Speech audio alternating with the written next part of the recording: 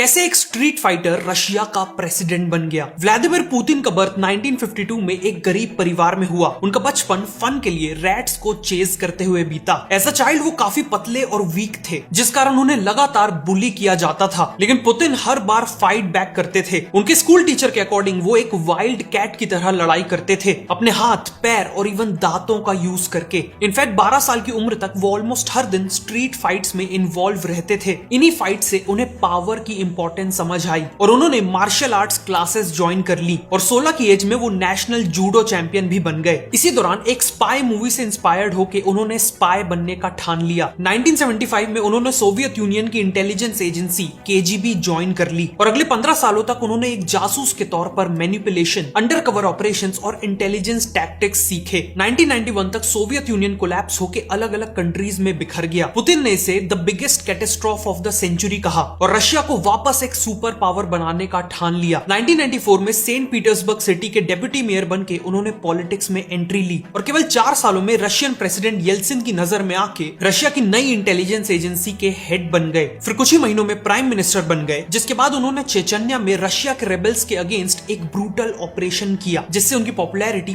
Peak पे पहुंच गई। ईयर 2000 में वो इलेक्शंस जीत के रशिया के प्रेसिडेंट बन गए, जिसके बाद उन्होंने रशिया में इंडिपेंडेंटली एक्ट करने वाले 89 रीजन्स को कंसोलिडेट करके 7 डिस्ट्रिक्ट्स बना दिए और अपने कंट्रोल में ले आए। उन्होंने ऑपोजिशन और रिच बिजनेसमैन के इन्फ्लुएंस को दबाया और 2020 में तो कॉन्स्टिट्यूशन ही बदल दिया ताकि वो लाइफ टाइम पावर में रह सकें। फाइनली 2022 में नेटो और यूक्रेन की बढ़ती क्लोजनेस और अपनी आइडियोलॉजी के चलते उन्होंने यूक्रेन को इन्वेड कर दिया और आज करीब 4 साल बाद भी ये वॉर चल रही है। ऐसी और वीडियोस के लिए मुझे फॉलो करिए।